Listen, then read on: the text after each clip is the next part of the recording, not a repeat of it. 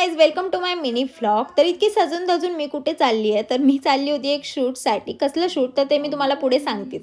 तर बाहेर बघितलं घराच्या, तर मला पोलिसांच्या गाड्यान पोलिसही जाताना दिसले. म्हटलं काय झालंय, पण मग नंतर मला कळालं की अरे झालं काही नाही, त्या दिवशी जे मतदान झालं होतं त्याचा उद्या रिझल्ट आहे, सो त्याच्यामुळेच हे पोलीस. म्हटलं चला ते त्यांचं काम करतायत, असो आपण आपलं जाऊन काम करूया. मग माझे मामा मला सोडवत होते माझ्या फ्रेंडच्या घरी, आणि इथे मी मस्तपैकी हिरोईन बनून चाललेली होती. ओपन हेअर सोडून गाडीवर कोण बसतं यार, पण नाही हमको हिरोईन बनना आहे ना. असो, मग माझ्या मामाने मला सोडलं माझ्या फ्रेंडच्या घरी, म्हणजे खुशीच्या घरी. मग खुशी आणि मी आम्ही दोघेही चाललो होतो शूटसाठी. तर कसलं शूट होतं काय हे मी तुम्हाला पुढे सांगतेच. मग खुशी आणि मी निघालो आणि पोहोचलो आम्ही त्या लोकेशनला. आता तुम्हाला इथे कळालंच असेल की कसलं शूट होतं हे सर्व बघून. थिएटर आहे म्हणजे एक मूवीचंच प्रमोशन असणार ऑफकोर्स.